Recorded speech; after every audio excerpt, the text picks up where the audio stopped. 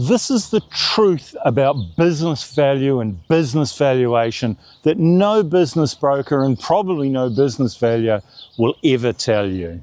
So the first question I get asked when I meet someone, usually if they own a business, is, what's my business worth? Now, it's a fair question, and I can usually give them an answer, but the answer does kind of depend. So after 20 years of selling businesses, valuing businesses, appraising businesses, there is a truth here that no one likes to talk about. So this truth about business value is quite simple. Let me explain. So I probably should talk briefly now about valuation and appraisal. Now they're two different things, although a lot of people interchange the terms. So you have a valuation and you have an appraisal. They both usually arrive somewhere near the same value, but they use different methodologies and they're used for different purposes. So if you're looking at a partnership breakup, if you're looking at a divorce, a partnership buyout, shareholder disputes, then a formal valuation is what you need to get. Now that formal valuation, something to like a AES2 standard here in New Zealand, same kind of thing as if you went to a valuer and asked about a house or a building and they would give you a valuation report. So that's what a business valuation does. Now, a market appraisal, on the other hand, that's what real estate agents do, that's what business brokers do.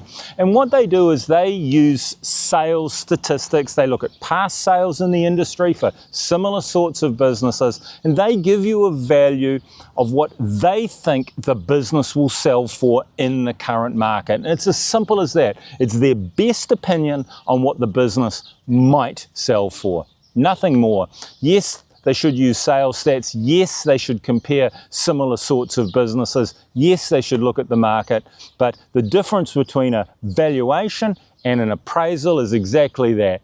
Valuation is a formal document that you could, as I said, go to court with, but it's something that you can rely on.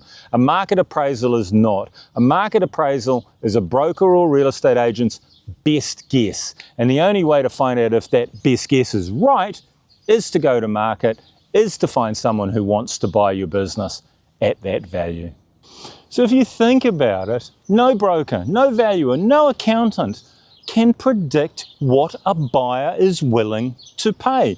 We can't see into the future. We don't have a crystal ball to know what the future is going to bring. So if you accept that a business is only worth what a buyer is willing to pay, and then by definition, that becomes the market value.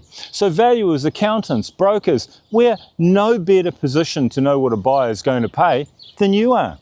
So that then leads on to why there's such a big variance of the value of businesses on the market. If you ever look at a list of businesses for sale, the prices vary hugely from business to business, and that's often within the same category, the same business model, the same style and the same size. The values vary greatly, especially the asking prices. So why is that? Well, it's pretty obvious, isn't it? The broker can't predict the future. He doesn't actually know what a buyer is willing to pay.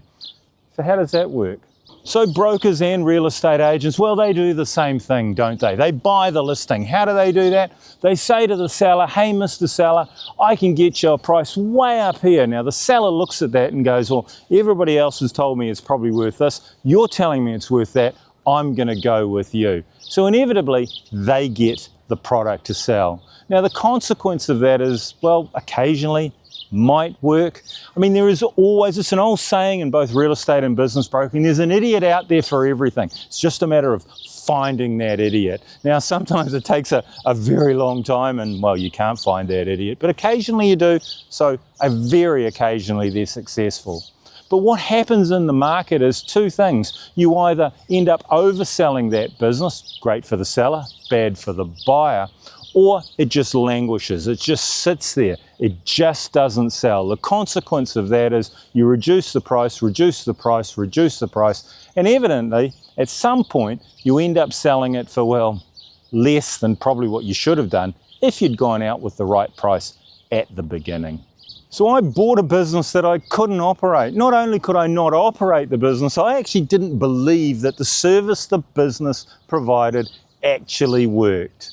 Why did I buy it? I seem to have broken every rule that I talk about. Was I successful? If you want to know how I managed to turn a business into a success that I had no idea about, have a look at that video up there. Thanks for watching. I'll see you over there.